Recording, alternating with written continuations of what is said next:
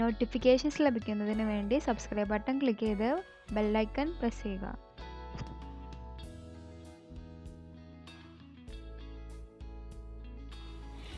ഇന്ന് നമ്മൾ ഉണ്ടാക്കാൻ പോകുന്നത് ഒരു ഈത്തപ്പഴം കൊണ്ടുള്ള പുഡിംഗ് ആണ്. അപ്പോൾ അതിൻ്റെ ഇൻഗ്രീഡിയൻസ് എന്തൊക്കെയാണെന്ന് നമുക്ക് നോക്കാം. ആദ്യമായിട്ട് വേണ്ടത് ഒരു 10 നമ്പറോളം ഈത്തപ്പഴം കുരു കളഞ്ഞത്, അടുത്തതായിട്ട് 1 ഗ്ലാസ് മിൽക്ക്, ഇനി ലെയറിങ്ങിന് വേണ്ടിയിട്ട് അല്പം വിപ്പിംഗ് ക്രീം, ഒരു 2 ടീസ്പൂണോളം ജെലറ്റിൻ. ആദ്യമായിട്ട് നമ്മളൊരു ബ്ലെൻഡർ എടുക്കണം. അതിലേക്ക് ഇവിടെ കുരു കളഞ്ഞ ഈത്തപ്പഴം ചേർത്ത് കൊടുക്കണം. അടുത്തതായിട്ട് 1 ഗ്ലാസ് മിൽക്ക് ആഡ് ചെയ്ത് കൊടുക്കുക. ഇതിൽ ഈത്തപ്പഴത്തിൽ നല്ല ഷുഗർ ഉള്ളതുകൊണ്ട് വേറെ എക്സ്ട്രാ ഷുഗർ ആഡ് ചെയ്യേണ്ട ആവശ്യമില്ല. ഇനി കൂടുതൽ സ്വീറ്റ്നെസ് വേണമെങ്കിൽ നമുക്ക് ഷുഗർ ആഡ് ചെയ്ത് കൊടുക്കാം. ഇനി ഇതൊന്ന് നന്നായി അരച്ചെടുക്കണം. നമ്മളുടെ ഈത്തപ്പഴം ഇവിടെ നന്നായി അരഞ്ഞിട്ടുണ്ട്, നല്ല പേസ്റ്റ് പരുവത്തിലായിട്ടുണ്ട്. നന്നായി അരഞ്ഞ ഈത്തപ്പഴം ഒരു ബൗളിലേക്ക് മാറ്റി കൊടുക്കണം.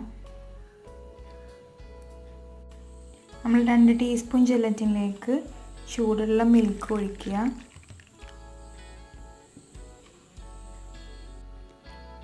ഇനി ഇത് രണ്ടും ഒന്ന് നന്നായി യോജിപ്പിച്ച് കൊടുക്കണം.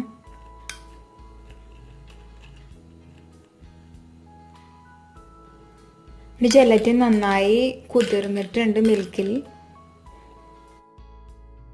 അടുത്തതായിട്ട് ഈത്തപ്പഴം ഗ്രൈൻഡ് ചെയ്തതിലേക്ക് നമ്മൾ ജെലറ്റിൻ്റെ മിക്സ്ചർ ഒഴിച്ചു കൊടുക്കണം.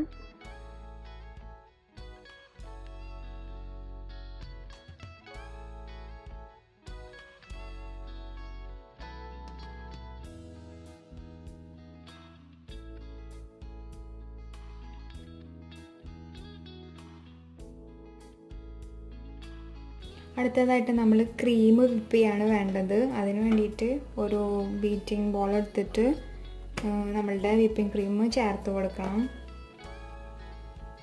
ഇത് നന്നായി ബീറ്റ് ചെയ്ത് കൊടുക്കണം.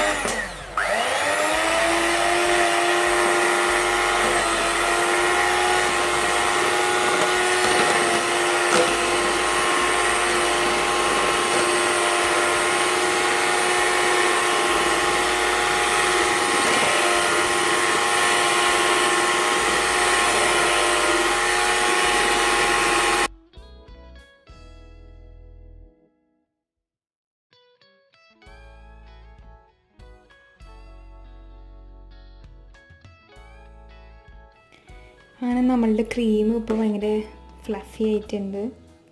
അടുത്തതായിട്ട് നമ്മളുടെ ലെയറിങ് ആണ്. അതിന് വേണ്ടിയിട്ട് ആദ്യം അല്പം ബിസ്ക്കറ്റ്, മാരി ബിസ്ക്കറ്റാണ് ഞാനിവിടെ എടുത്തിട്ടുള്ളത്. അത് ചെറിയ കഷ്ണങ്ങളായത് എടുത്തിട്ടുണ്ട്. അത് അടിയിൽ ഇട്ട് കൊടുക്കണം. ഇനി അടുത്തതായിട്ട് നമ്മളുടെ ഈത്തപ്പഴം മിൽക്കിൽ ജ്യൂസ് ചെയ്തത് ഒഴിച്ചു കൊടുക്കുക.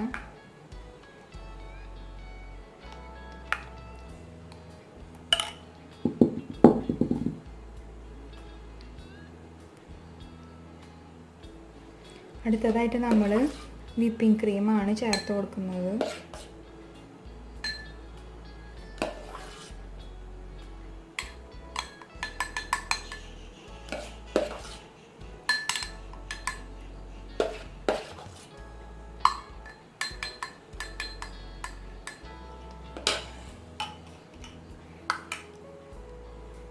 അടുത്തതായിട്ട് ബാക്കിയുള്ള ഈത്തപ്പഴത്തിൻ്റെ ജ്യൂസ് ഒഴിച്ചു കൊടുക്കണം.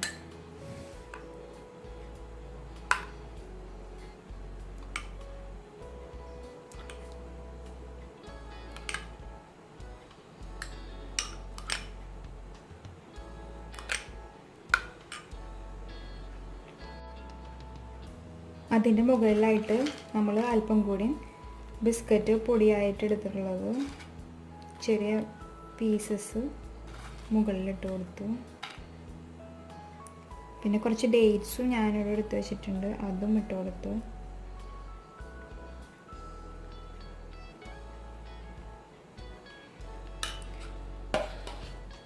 മുകളിലായിട്ട് കുറച്ചും കൂടി വിപ്പിംഗ് ക്രീം ചേർത്ത് കൊടുക്കുക.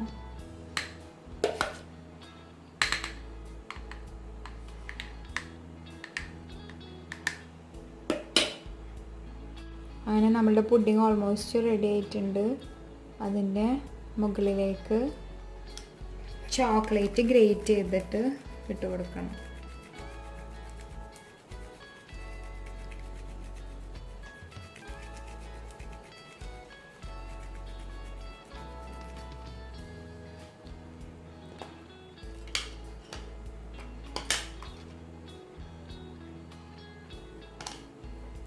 വേണമെങ്കിൽ നമുക്ക് കുറച്ച് ഡേറ്റ്സും വെക്കാവുന്നതാണ് ടോപ്പിൽ.